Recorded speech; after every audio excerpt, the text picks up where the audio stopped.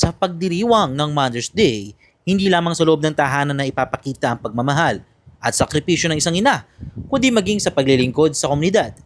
Tampok si Jennifer Juliano, isang barangay tanod o miyembro ng Barangay Security Force ng Barangay Pinagbuhatan na patuloy na ginagampanan ng tungkulin bilang ina at tagapagbantay ng kanilang barangay.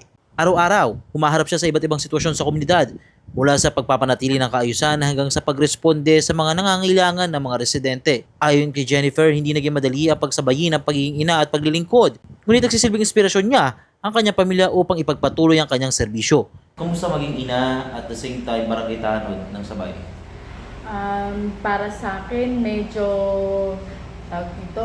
kakaibang experience kasi syempre bilang nanay, kailangan ko gawin yung tungkulin ko bilang magulang ng mga anak ko, asawa. And then sa barangay, medyo excited kasi syempre exciting, pero kasi minsan everyday na nakakasalamuhan namin is iba-ibang klaseng tao, iba-ibang klaseng pangyayari. Medyo hindi ko may paliwanag. Ano yung pinakamahirap na sakripisyo mo bilang nanay na nasa serbisyo? Siguro yung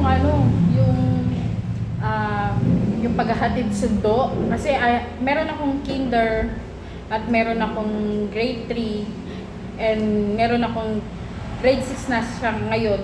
So yung pagsubaybay ko sa mga anak ko, hindi na siya katulad ng dati.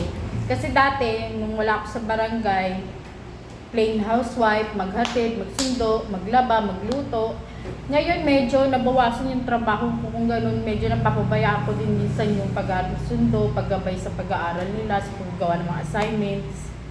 Paano pala binabalanse yung work and pagiging nanay mo? Pag nasa barangay ako, syempre yung responsibilidad ko bilang trabahador ng barangay, di ba? So, kailangan ko gampanan yung trabaho ko dito. Pag after na ng oras na nang umuwi sa bahay, so yun, bahay naman ang aasikasuhin ko, yung mga anak ko, yung asawa ko. Medyo, pag yung natataon na may pasok ka, na syempre may mga tawag dito, birthday, ganyan, syempre, papasok ako, after na lang nung trabaho, saka kami mag-celebrate. Buti naman nagkakataon na tatapat sa day off yung mga special occasion like Christmas and New Year. Pero pa rin kaming bonding moment, syempre. Make sure na kahit paano meron kayong oras para mag-bonding. Kahit yung simpleng kanta-kanta lang sa bahay. Masaya na kami doon. Message ko sa buong nanay this Mother's Day, enjoy their life habang kaya pa natin. Enjoy natin yung moment kasama natin yung ating mga mahal sa buhay. And sana bilang nanay, hangad pa rin natin kung ano ang makakabuti para sa pamilya natin. Sa kabila ng pagod at sakripisyo, nananatili siyang matatag at handang tumulong sa oras ng pangangailangan. Patunay na ang puso ng isang ina ay hindi lamang para sa pamilya kundi para rin sa buong komunidad. Ako, si Monching, para sa latest ng iNews Pasig, balitang totoo, serbisyong tunay.